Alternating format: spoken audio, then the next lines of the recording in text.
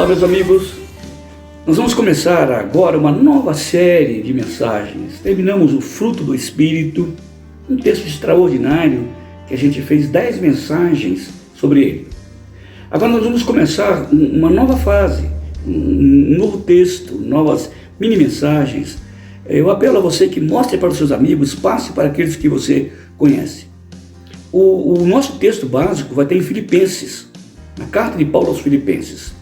Paulo escreveu essa carta aos Filipenses quando ele estava na prisão em Roma e tinha algumas dificuldades lá em Roma. Esta igreja mandou uma pequena mensagem, uma pequena oferta para ele. E um tal de Epafrodito, que era membro da igreja, levou essa oferta para Paulo.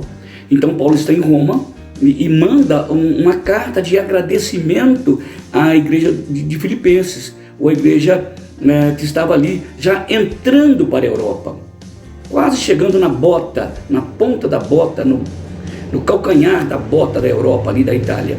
Então Paulo escreve essa carta mandando para os irmãos de Filipenses uma carta de gratidão. E mesmo ele preso, ele fala muito sobre alegria.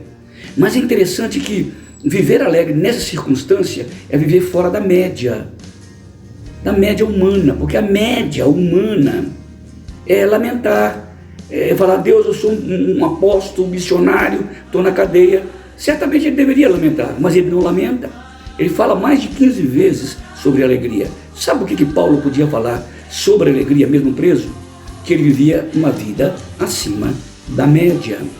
Então o nosso tema de todas estas mini mensagens será vivendo acima da mediocridade.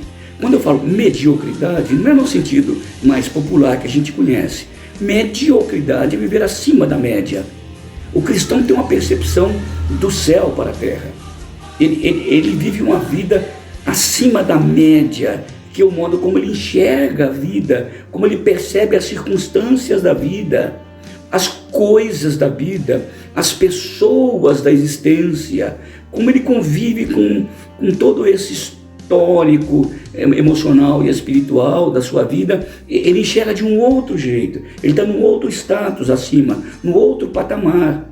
Então ele está acima da mediocridade. Esse será o nosso tema: como viver uma vida acima da mediocridade. Paulo está mostrando claramente nessa carta alguns trechos magníficos que ele escreve como o cristão deve viver além da média. Além da média. Como ele percebe a história, o mundo, a vida, repito, as circunstâncias, os relacionamentos, como ele ajuda as pessoas que estão se relacionando. Nessa carta, Paulo fala sobre isso.